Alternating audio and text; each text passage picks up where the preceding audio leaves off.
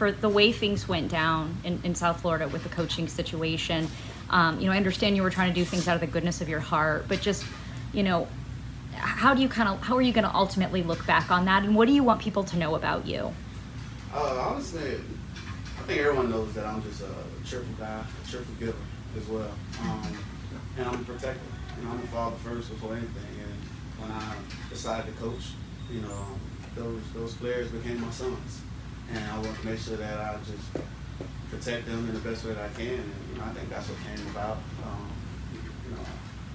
Miami Northwestern is a tough neighborhood, and sometimes things can happen when kids are walking home and different things like that. So I just try to protect them, give them, a ride home instead of having to take those dangerous walks. But I just want people to continue to see me for the person that I've been, from the time I arrived at NFL, from the time that I arrived at University of Louisville. Just a humble guy who has a big heart and a cheerful giver. How hard was that for you to go through that? It was difficult.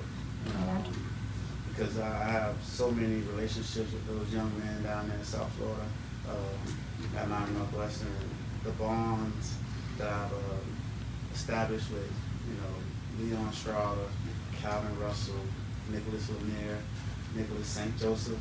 Just the list goes on, and it's a great group of kids, man. And they see so much hope when they look at me, and I always said it's food for my soul. It's the way that I feed my soul, and it allows me to stay young being around those kids.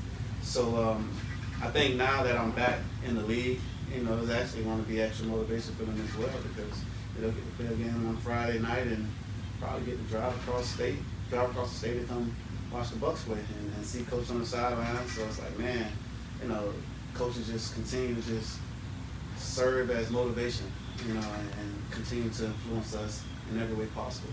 He's showing us that he can make it to the NFL. He's showing us that he can coach. He's showing us that there are different avenues of life that you can take, and hopefully I'm hoping that they're taking notice of that. And press on and move forward. Yeah, definitely. Like those different obstacles, you just gotta put your hard hat on and keep pressing on.